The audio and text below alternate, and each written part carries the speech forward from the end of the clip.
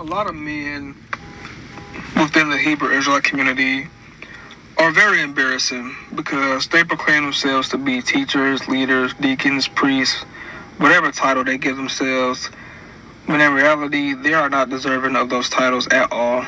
Because the lack of maturity I see a lot of these men have is just crazy, because it's like they could be proven wrong about whatever they teach, and that other person can have all the evidence in the world about how they're wrong and their doctrine is false or whatever it is. Yet they'll disregard all that, and just because they're prideful, they're going to continue to try to prove their points and make it seem like that in reality they're right when they're wrong the whole time. And it's like, it's okay to be wrong. It's okay to take correction. But a lot of men within the community they can't do that. They don't know how to do that. And these are grown men that we're talking about. These are not no 20, 13, 15-year-olds. These are grown men we're talking about. And just because you're older than somebody, or you've been doing this longer, or you got all this knowledge, and you got so many books or whatever, like, that doesn't mean that you don't know or that you shouldn't take correction, or that doesn't mean that no one can't correct you on anything. Like, you don't know everything. No one does. And if the men within the community don't know how to get rid of that pride, we won't be able to really flourish like that. Like, in the fact that the people who call themselves teachers, preachers, and all this stuff, they don't know that there's a burden and a huge responsibility on your shoulders when you call yourself that.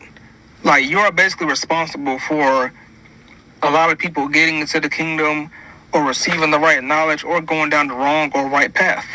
And me, I took a back seat. I used to be teaching on here a lot, and a lot of things that I taught were right. There may have been a few things that I can think about that probably were wrong, and during the beginning times of me teaching and everything. But as I went on, a lot of things that I was teaching wasn't incorrect. But I decided, you know what, I need to take a back seat.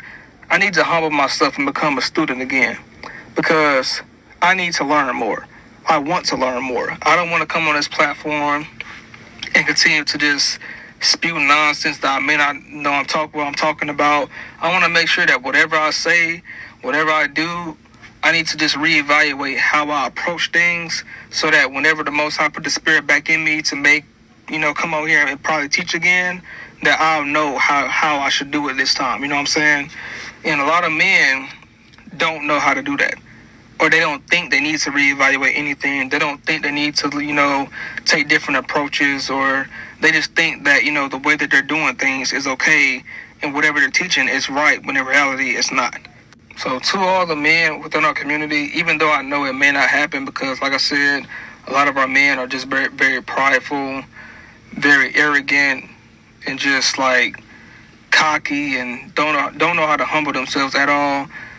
Even though I know like a lot of men may not care about doing this, but we need to humble ourselves. We need to reevaluate how we do things and how we preach, how we teach, and even take a back seat and just be a student. Be a student again and learn.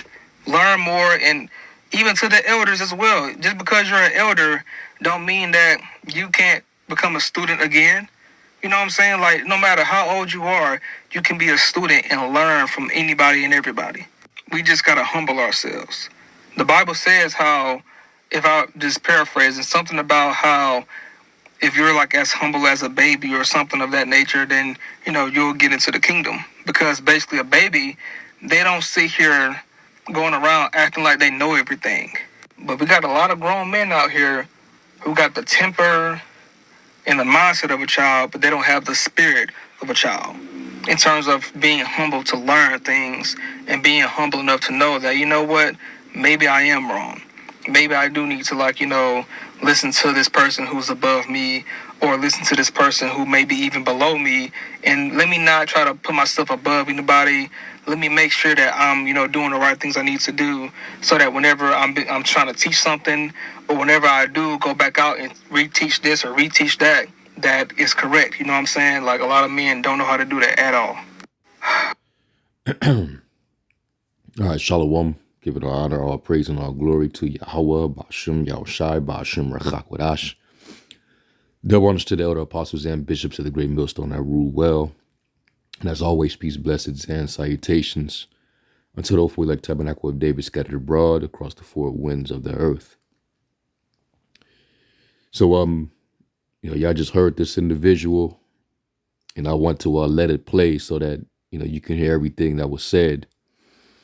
I'm not familiar with this face.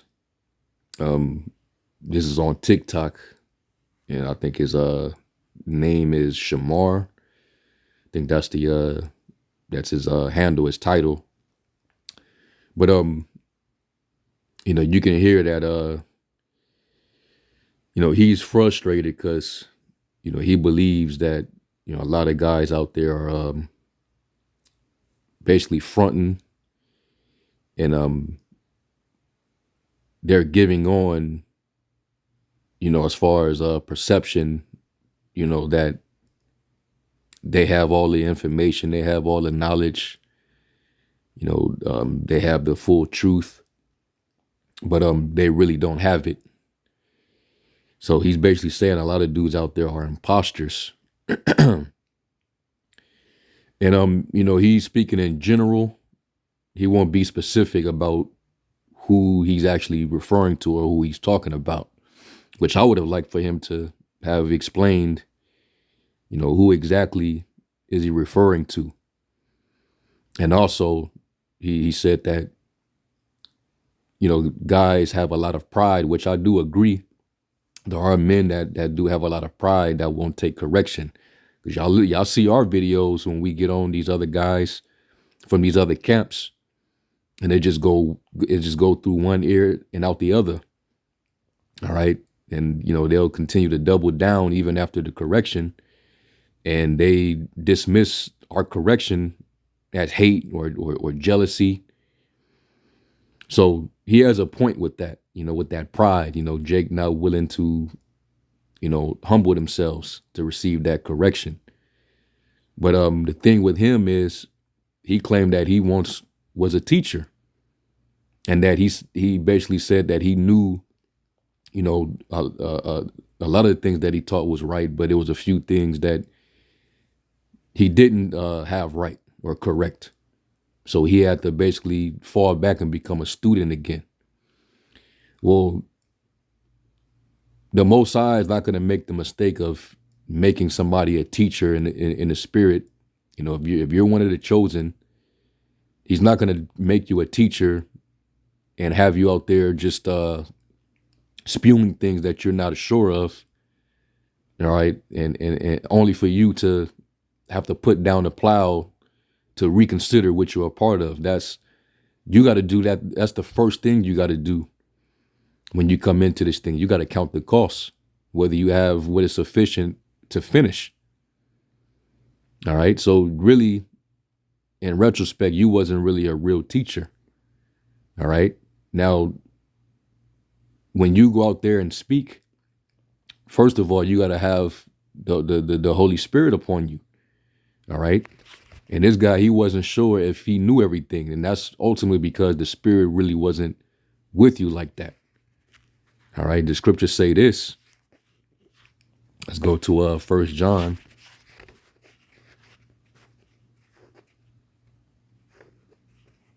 1 John 2 and verse 20. And it reads, "But you have an unction from the Holy One, and you know all things. I have not written unto you because you know not the truth, but because you know it, and that no lie is of the truth." All right, and that's a spirit. All right, that's upon us to be able to detect, all right, the spirit of error versus the spirit of truth. So if the Spirit is on you, you're gonna know. All right, and you're gonna be confident. That's where the confidence come in. We speak with authority. He say that, we sound like we know everything, but in his opinion, we don't have everything right, which I'm pretty sure if you have the Spirit upon you, you're going to speak with confidence. You're going to know what you're speaking is correct, and you have no need of someone to try to correct you. All right. I would have liked for him to be specific about what exactly, we're wrong about, whoever he's addressing. Now, what exactly are we wrong about? Now, I can tell you with confidence that a lot of these guys are wrong on certain mysteries, certain breakdowns. The prophecies, certain prophecies like the MOTB. We're assured that we're correct on that. All right. We have no doubt whatsoever that the microchip is the mark of the beast. All right. But then you have guys who are real confident. They speak out there like they know what they're talking about, and they really don't. They're the main guys that'll be out there talking about where's your fringes, and we're saved by the law.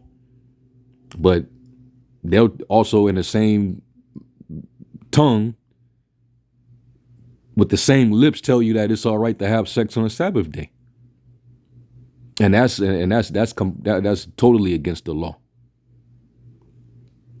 So you have those guys out there. All right. Matter of fact, let me get that. Let's go to 1 Timothy 1:7.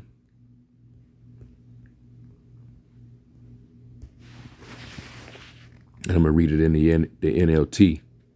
And it says they want to be known as teachers of the law of Moses. Yeah, and they'll be out there calling themselves deacons and priests, all these different titles. It says, but they don't know what they are talking about, even though they speak so confidently. You can't have if you marry another woman, brother, because it says in Timothy that you should be the husband of one wife. When that's clearly giving you the criteria of the office of a bishop or a deacon, because of the position that you hold where you have to take the oversight over the church. You're not going to have time to distribute to multiple wives when you got a whole church to look after. But that's not relegated to, all men and to try to make that a law, to teach monogamy, But they'll say that if you marry another wife besides the woman that you already have, you're committing fornication, and that's a total misuse of scripture. All right. When clearly throughout the scriptures there's examples of men, holy men who had multiple wives. But you're gonna basically, based on your doctrine, you're gonna call these men fornicators. So this is what we're talking about, and they be out there speaking loud in the microphone, and they sound very confident. And we make videos correcting them, and they just double down. So, Jake, he's not right in per se, because you do detect this behavior amongst Israel. Well, you have the true right leaders and teachers, the real true prophets, and then you have the false prophets, the false teachers. The warning is urgent that you're gonna have that dynamic. You're gonna have a lot of false teachers among us, and then you're gonna have the true right teachers. The true teachers, they're gonna be hated, they're gonna be persecuted, they're gonna be perceived as deceivers, but yet they'll eventually be vindicated. Let me get that in 2 Corinthians. I'm gonna start at the was it the 7th verse, 2 Corinthians 6:7. And it says, we faithfully preach the truth. The Most High's power is working in us. We use the weapons of righteousness in the right hand for attack and the left hand for defense. And this is spiritually speaking. We serve the Most High whether people honor us or despise us. And we get more people despising us than honoring us. Because it's been said amongst plenty of people that we're the worst Israelite camp. All right. We're the most slandered. They call us names that people in this world would wish death upon. Or if you get locked up in a system, they'll try to take your life. All right. So, we're definitely despised in this world. It says, whether they slander us or praise us, we are honest, but they call us imposters. Yeah, y'all fake Israelites, or y'all not the real teachers of the Most High. Y'all this or y'all are that. You know, and that's kind of the same sentiment of the brother in this video. You know, y'all these call yourselves these teachers. Y'all say that y'all this or that, but y'all really not. So, hey, this is what comes with the territory, and this is just Jake's opinion, but the things that because the scriptures say, out of the abundance of the heart do a man speak. So this was on his mind, and that's social media is set up for a lot of people to air out what's in their heart, and everything that's in your heart is coming out. Everything in men's heart in these last days, they have to be revealed. And it's showing in these last days that a lot of Jake, they just simply don't believe. They're a faithless generation. Okay? That's why we're only concerned with the elect. All right? Paul said, commit this thou unto faithful men that will be able to teach others also. If you wishy-washy and you're not really fully assured of what you're teaching and what you believe, then this really ain't for you. All right. But going back to this verse, this is what we have to, deal with. All right. Whether we're honored, whether we're despised, whether we're slandered or praised, well, and we are honest. We speak with confidence, and people mistake that for pride. There's a difference between confidence and wicked pride. Okay. Humility doesn't mean you have to always, bow your knee. Put your face into the ground and cast ashes over your head. Sometimes, humility is all right. We'll be that. Hey, may the Lord be with you. And in due time, we will see.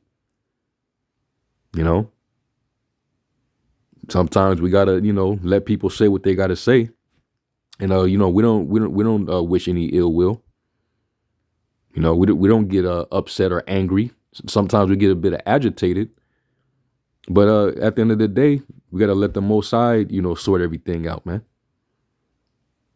All right, but anyway, let's go from there, because it's about being assured of what you learned. And Jake, I don't know who he learned up under, because, in this thing, you are to be taught. All right, that's when you're a student, you're learning from teachers. Everybody must be taught in this thing. Like who was that? Was it Apollo? Who where Priscilla and Aquila had to basically teach him? I think it's in Acts 18.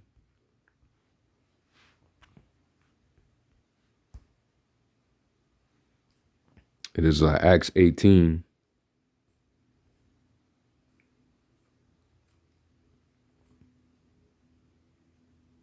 Yep, Apollos. Yeah, Acts 18 and 24, this is in the NLT. It says, meanwhile, a Jew named Apollo, an eloquent speaker who knew the scriptures well, had arrived in Ephesus from Alexandria in Egypt. He had been taught the way of the Lord, and he taught others about Yahushai with an enthusiastic spirit and with accuracy. So he was on point concerning Yahushai. However, he knew only about John's baptism, which John, he was the one that paved the way. All right, to Yahushai. He was like Yahushai's best man. All right, I'm a lead the way. All right, to the bridegroom. All right, and then once I'm done with that purpose, I'm gonna get out of the way, so that the ministry can be handed over to, the ultimate man. All right, the bridegroom. Okay, he said, I must he must increase and I must decrease. Okay, it says Apollos had been thinking about going to Achaia, and the brothers and sisters in Ephesus encouraged him to go. They wrote to the believers in asking them to welcome him. When he arrived there, he proved to be great benefit to those who, by the Most High's grace, had believed. He refuted the Jews with powerful arguments in public debate. Using the scriptures, he explained to them that Yahushua was the Messiah. All right, so they pretty much, even though he knew some things, he knew mostly about Yahushua through being a disciple of John. But there was still other things that he didn't know that he needed explaining of.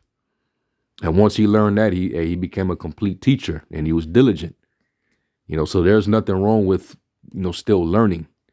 But when you come into the position as an actual teacher and leader, you got to know what you're saying, and you also have to affirm to what you're teaching. Don't have any doubt and be wishy-washy, because then now you're a child tossed to and fro. You have no foundation.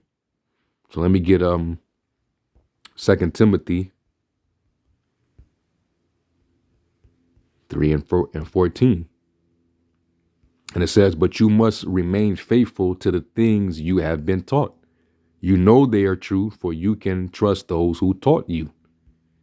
Now let me get that in the KJV. And it says, but continue thou in the things which thou hast learned. All right. Whatever camp you came up under. Now, me personally, I'd recommend you come to Great Millstone, because we're 100% confident through faith that we have the 100% truth. All right. And if you really feel that you have need for one to teach you again, then this Great Millstone is definitely the right place.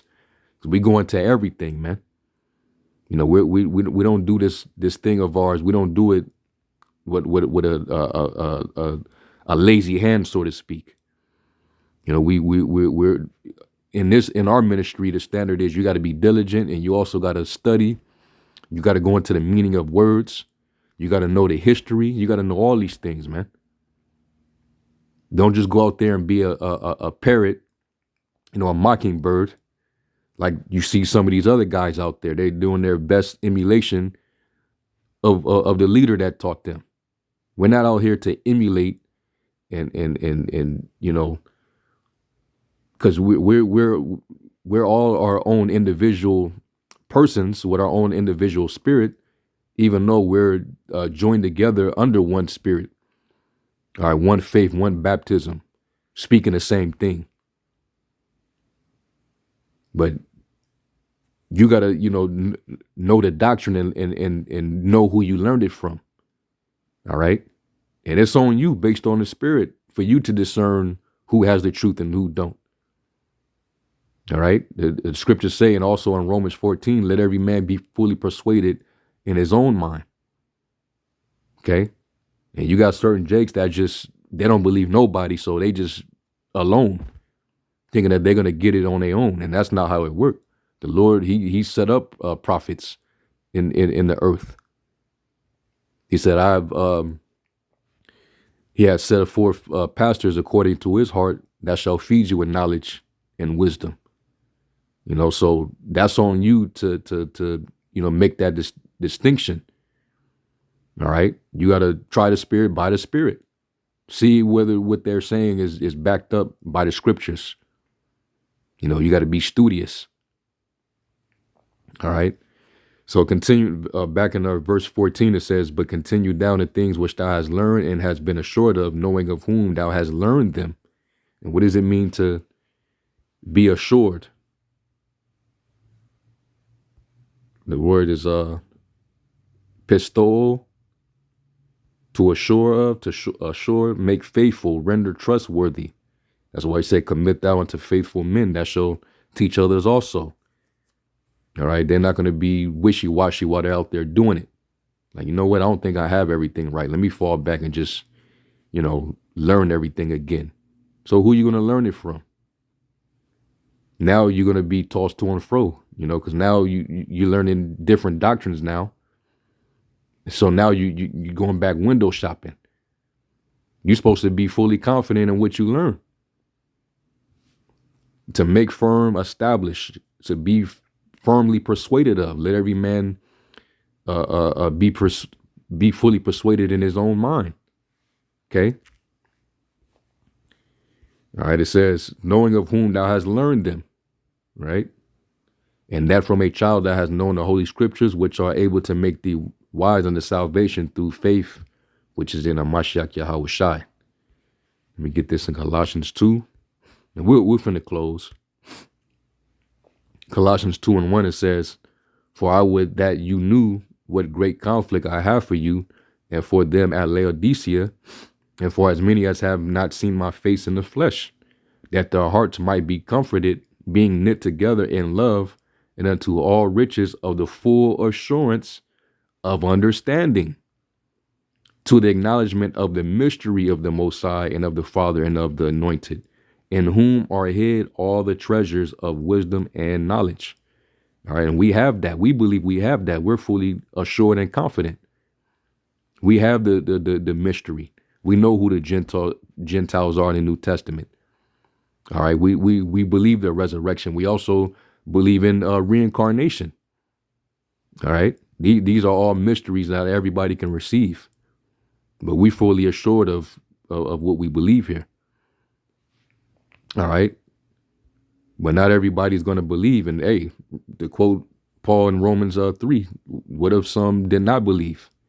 Shall it make the faith of the Most High without effect? God forbid. All right, so Jake, they come up on social media and they really like to, voice their disapproval and their disbelief. They like to say who's wrong and what they're wrong about. And, they can always tell you what you're not right about. All right. But they can't tell you, okay, you give us the correct understanding. You give us the breakdown. And they usually don't do that. They just get on there and fuss and complain and murmur, just like our people did back in the wilderness. So, yeah, man, you want to be fully persuaded. You want to be assured of what you're a part of and what you learn, all right, what you believe. And when you go out there, you got to go out there and speak. All right. And you also, when they come and question you about it, you got to be able to answer it. 1 Peter 3:15, it says, but sanctify the Lord power in your hearts and be ready always to give an answer to every man that asketh you a reason of the hope that is in you with meekness and fear. All right. So that's what it is. Be on alert. People going to come up and question you, and you got to know, you better know what you're talking about. Okay. And don't profess the knowledge that you don't have. Lie not against the truth. So you better fully know that you have the truth. Or you can be out there and get confounded by Christians like Sakari and IUIC and them. All right. So anyway, Lord willing, y'all were edified. And it's just my response to this guy. All right. And I'm going to give all honor, praise, and glory to Yahweh Bashem Yahushai. And to the next one, Shalom.